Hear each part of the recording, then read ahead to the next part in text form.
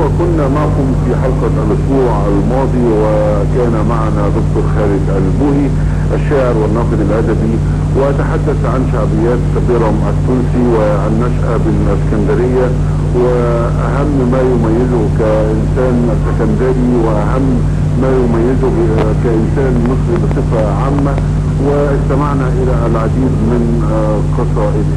نستكمل حوارنا في حلقة اليوم. أهلا بك دكتور خالد. اهلا بحضرتك. هو كنا يعني عايزين نتحدث عن جزء برضو بالنسبه يخص بيرم التونسي عن دوره السياسي في توظيف، لان طبعا الشعر العامي بيبقى له دور سياسي ربما يكون اكثر من الفصل، لانه بيصل الى جميع الناس. الراجل ده عمل في وقت من الاوقات حب يعمل مجله، لكن عشان الرقابه فعمل ايه؟ المسله. هو قال ايه؟ المسله لا جريده ولا مجله. عشان ايه؟ ما تبقاش، لان جورنال او مجله لازم يبقى لها تصريح. المهم اتصدرت بعد اعداد قليله، فقام عمل ايه؟ الخازوق. اتصدرت هاجم الملك فؤاد باكثر من قصيده، وفي قصيده له تسببت انه اتنفس. انما في له بيقول ايه؟ بيقول: ولما عدمنا بمصر الملوك جابوك الانجليز يا فؤاد قعدوك تمثل على العرش دور الملوك وفي نظيرك ودونك، وخلوك تخالط بنات البلاد على شرط تقطع وتنسى زمان وقتنا يا فؤاد على البنك تشحت شوية زيتون. بذلنا ولسه بنبذل في النفوس وقلنا عطالله يزول الكابوس. ما شفنا الا عرشك يا فيس السيوس، لا مصر استقلت ولا يحزنون. يعني عايز اقول الاشعار بتاعته لاذعه، وبرضه هذا يميز المصريين، لان برضه بلف وادور وارجع لمرجوعي ان هذا الراجل ما كانش تونسي، كان مصري، والجنسيه تاخرت كثيرا على بال ما اخذ الراجل. هذا الرجل المصري حينما بيوجه كلامه لتشرشل فبيقول ايه؟ يا باكي عن النيل وتحريره بدمع العين، عن مين ورثته وخايف تتركه؟ عن مين؟ عن جدك المحترم او مين من الوالدين، او عبد كان عندكم شاريينه بفلوسكم مكتوب عليه الشقة والجوع ليوم الدين. يا نحلة كانت ملطفك ايام العالمين، يا ملطفك كنت يومها من داين ومدين. يا عندليب في المحن وسط قوتك تنين. الله، يا عندليب في المحن وسط قوتك تنين. اما صحيح ان اللي يختشوا ماتوا، وكل اهل السلامة والبرود عايشين. هتلر وموسوليني مين جنبك يا ذو القرنين؟ هتلر وموسوليني مين جنبك يا وش البين؟ هتلر وموسوليني مين نرغم ولا جناتك؟ يا ألف رحمة تدشبش قبرهم الاتنين. يا لازقة معجونة بالأفيون وسيدانة، بين الشعوب والأمم نايمين على صحيح. يعني الراجل يستشعر جدا القضايا الوطنية، بيعبر عنها بطريقة مصرية خالصة. عمل تاريخ للشعر العام في مصر، عمل تاريخ للمصطلحات الشعبية. انت ممكن تدخل في الاشعار بتاعت بيرم التونسي تقدر تشوف بالفعل الناس كانت بتفكر ازاي في تلك الفترة، الناس طريقتها كانت ازاي، الشعب في تلك الفترة صور كل حاجة، صور الضرايب، صور البداية، يعني ليه عن البداية الوحدة الوطنية. يعني له قصيدة في وسطها كده بيقول ايه؟ ابويا ناسب بسخروت، واسم خالي جرجيوس، وجد امي تلتقوس، ونسمي طه ابو العلم. هو القصيده ما بي يعني عايز اقول ان الشاعر هنا مرآة للعصر بتاعه. في هنا عندنا برضو ما بنتكلم عن سيد درويش. سيد درويش طبعا يمثل قيمة مهمة في تلك الفترة وفي كل فترة بالنسبة للمصريين، لانه نقلة مهمة قوي للموسيقى المصرية، مصدر الموسيقى المصرية. فبيقول بين لوم الهرم والكم صنم خلتنا ننطق بالنغم ونقول لهم مين زينا. آهات كتيرة سمعتها وانت شئت وقلتها، من فؤاد طلعتها حسيتها من قلبي انا. شوف هذه العواطف الفضفاضة اللي بيطلعها بيرم بالنسبة لسيد درويش.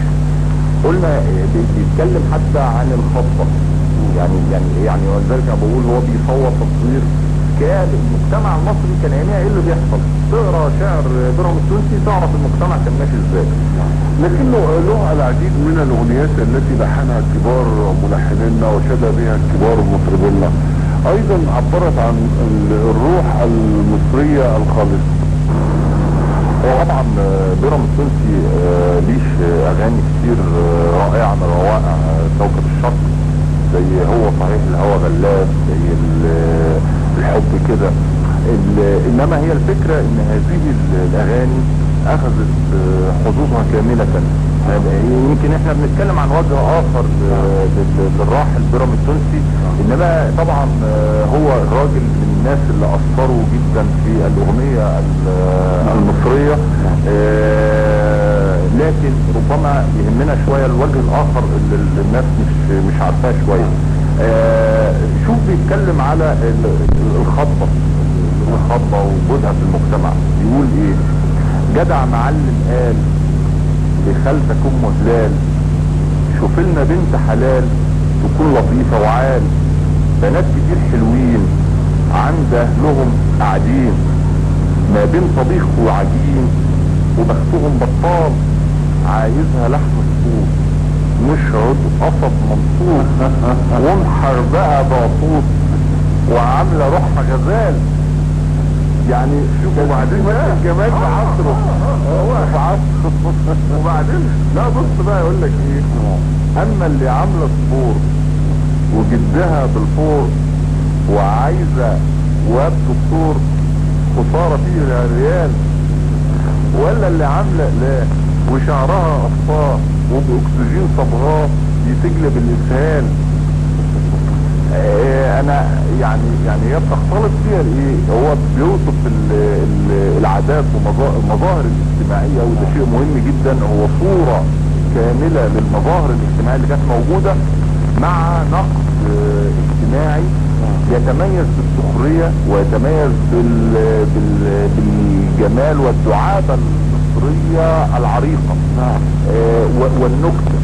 ويعني النكتة حتى كده بيضمها في يمكن في اشد الاحوال، مثلا مرارة مثلا بص تلاقي. فهو بيرم التونسي يعني الله يرحمه كان مؤثر جدا جدا في تلك الفترة. شوف بيتكلم عن واحد ام خليل انكح واحد تقول قصده يشاغلني، وانتف راخر تقول عايز يقابلني، وانضف راجل تقول مالك هتاكلني، اما اللي يضحك ده يبقى في هواها اجل. فهو بنقول ان هو صورة لحاجات دقيقة كمان في المجتمع. يعني في بعض الحاجات اللي هي بتبقى دقيقة، حاجات مثلا تعبيرات حتى للبنات وكأنه بنت هو ايضا صاحب يهل المغنى دماغنا وجعنا دي بإذن الله. صحيح. هو حاسس ان اللي بيتقال يعني حاجات ثقيلة وحاجات مش حلوة مش جيدة، فخلاص احنا سمعنا كلام ما له معنى. يعني هو صاحب هذه الصيحة التي قالها. نعم تتقال دلوقتي بقى. لا شوف بقى الصورة دي، عركة نفس الافعال، وخش في الحال لخصمه بالألم وعطاه، راخر نهضله بعزمه بالبنية رماه، فقعت بصوتها المرة جاه الشويش ومعاه شيخ الغفر والغفر، جروا الجميع بشمال. ايه ده؟ صورة بيفكرني بصراحة بالشعر العربي بقى الفصيح، مكرم مصرم ومقبل مدبر المعنى، البيت الحركي الرائع ده اللي بيصور حركات الاتصال. هنا برضو ايه ده؟ واحد ضرب في القلم، الثاني قام بالبنية، وفي واحدة ست بتصوت، والغفير وشيخ الغفر والشاويش في بيتين اتنين، عمل صورة رائعة جدا، وصورة موجودة بقى ايه يعني يحسها اولاد البلد اللي هم زي الراحل بيرم السن. تبص هنا بقى تقول بيتكلم برضه واحد، فالمفروض ان هو في ليله الدخله بقى والناس جايين يزوروه حاجات زي كده، هيقول ناسبت واحد مقاول اسمه نصر ياسين، وله قرايب وبيت بيعطف في الكوانين، وله تداخل مع العالم شمال ويمين، وحاجه عقبال املتك انت والسامعين. على فكره بيفكرني بشعراء معاصرين النهارده بدون ذكر اسماء، هو دي طريقه بيرم، هذه بضاعتنا ردت الينا. يعني بيرم التونسي كان يقول لهم كده، يقول دخلت حماتي مع مراتي وجم عندي، قالت صباحك لبن يا مصطفى افندي، قومي يا بنت البسي فستانك البمبي، وتزوقي ووري روحك للمهنيين. قالت خالتها عطاكي كشف وشك ايه، قالت لها حط لي خاتم ذهب وجنيه، قالت يا خبت الامل خاتم ذهب احيه، اقل من جزء اساور بندقي 90. ولاحظ السكندريه في هذا البيت. انا عايز اقول ان نشوف الصور بتاعه اللقاء، اديها كده لشاعر معاصر، قول له اكتب لنا كده على هذا الموضوع. وانا عايز اقول ان مهما كان عدد الحلقات اللي نتكلم فيها عن الشاعر الشعبي الراحل بيرم التونسي لا تكفي هذه الحلقات ولا عدة حلقات اخرى، لكننا باذن الله سنلتقي في حلقات قادمة سيحين وقتها باذن الله، ونتحدث عن اشعار واشكال واغنيات بيرم التونسي الشعبية. شكرا التقديم لضيفي العزيز دكتور خالد البوهي الشاعر والناقد الادبي. شكرا لحضرتك.